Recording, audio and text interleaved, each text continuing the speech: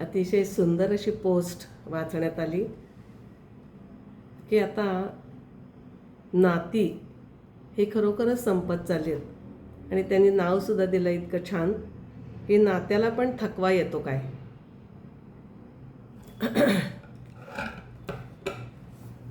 खूप वस्तू वापरून दीर्घकाळानंतर मोडकळीला येतात किंवा खूप जपण्याच्या नादात त्या फक्त नवीन दिसतात पण कामाच्या नसतातच त्या.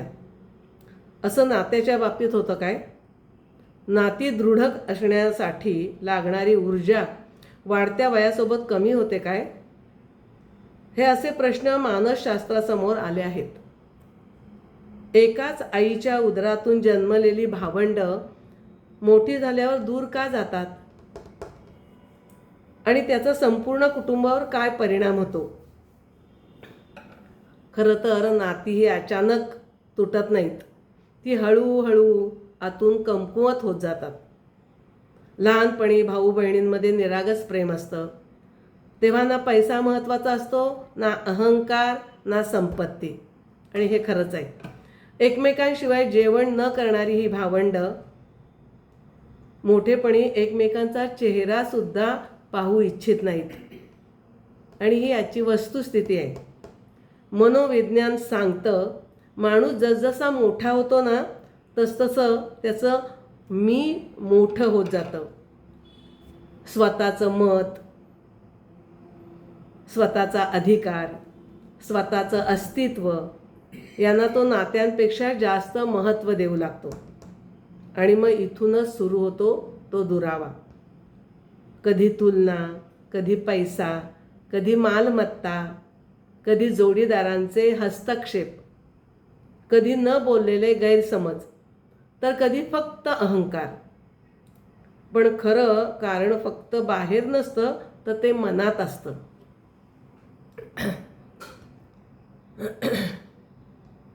कारण नातं तुटण्याआधी संवाद तुटतो, आदर संपतो आणि समजून घेणं थांबतं. आणि मग घर एकाच छताखाली असूनही मन वेगवेगळ्या जगात राहू लागतं. सगळ्यात मोठा आघात हा कोणावर होतो माहिती आहे? आईवर. जिने स्वतःच्या आयुष्याचा प्रत्येक क्षण मुलांसाठी दिला, तीच आई शेवटी मुलांमधला दुरावा पाहून आतून अगदी तुटत असते. आईला पैसा कधीच नको असतो. तिला फक्त तिची मुलं एकत्र पाहायची असतात. पण अनेकदा काय होतं, मुलं मोठी झाल्यावर आईशी वागणंही बदलतं. तिच्या प्रेमात पक्षपात शोधला जातो. तिच्या शब्दांमध्ये हस्तक्षेप दिसू लागतो आणि तिच्या भावनांमध्ये दुर्लक्ष होऊ लागतं. आई मात्र शेवटपर्यंत घर जोडण्याचा प्रयत्न करत राहते, स्वतःचं दुःख लपवून. बहिणीची वेदना यातून वेगळी नसते. तिच्यासाठी भाऊ म्हणजे तिचं माहेर असतं, तिचं बालपण, तिची सुरक्षितता असते. जेव्हा भाऊ एकमेकांपासून दूर जातात ना तेव्हा सर्वात जास्त तुटत असते ती बहीण.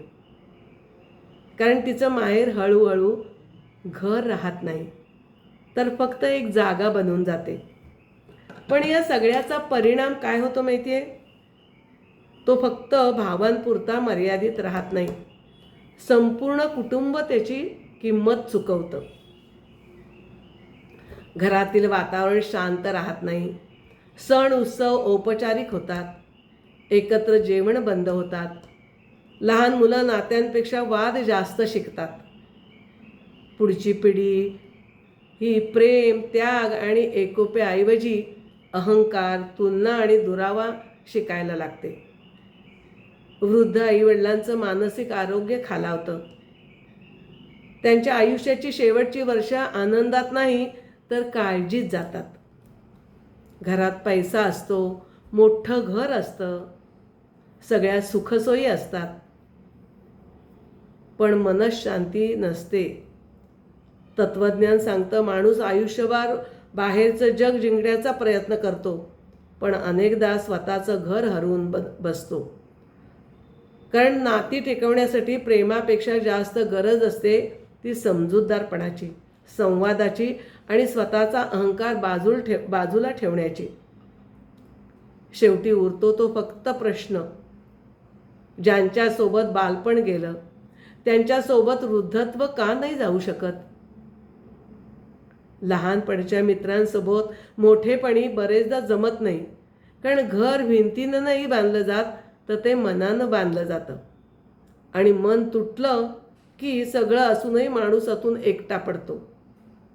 काही नाती पुन्हा जुळतात, काही फक्त औपचारिक राहतात आणि काही कायमची शांत होऊन जातात.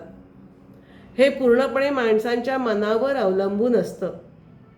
जर अहंकार प्रेमापेक्षा मोठा झाला तर दुरावा कायम राहतो, कारण वेळ फक्त अंतर वाढवत नाही तर मनालाही सवय लावतो. त्याच्याशिवाय आपण ठीक आहोत. पण प्रत्येक नात्याच्या आत खोलवर एक न बोललेली ओढ कायम असते, विशेषतः भावंडांच्या नात्यात. मनोविज्ञान सांगतं, रक्ताच्या नात्यामध्ये आठवणी कधी मरत नाहीत, त्या फक्त शांत होतात. म्हणूनच अनेकदा एखाद्या आजारपणात, आईवडिलांच्या दुःखात, जुन्या फोटोमध्ये किंवा आयुष्याच्या एखाद्या कठीण वळणावर मन पुन्हा त्या नात्यांना शोधू लागतं. कारण माणूस बाहेर कितीही कठोर झाला ना तरी आत कुठेतरी त्याचं बालपण जिवंत असतं.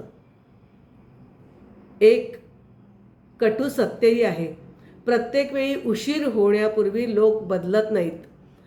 काहींना नात्यांची किंमत आई वडील गेल्यावर समजते, काहींना वृद्धत्वात एकटेपणा आल्यावर समजते, तर काहींना आयुष्यभर समजतच नाही. तत्वज्ञान सांगतं, वेळ प्रत्येकच जखम भरत नाही, तर काही जखमा फक्त जगायला शिकवतात. अतिशय सुंदर असं हे नात्याविषयी, नात्याला सुद्धा थकवा आलेला आहे असं सुंदर शीर्षक देऊन, कोणाचं आहे हे मला माहिती नाही आहे, परंतु फार आवडलं म्हणून आपल्यापर्यंत पोचवण्याचा मी प्रयत्न केला आहे. धन्यवाद.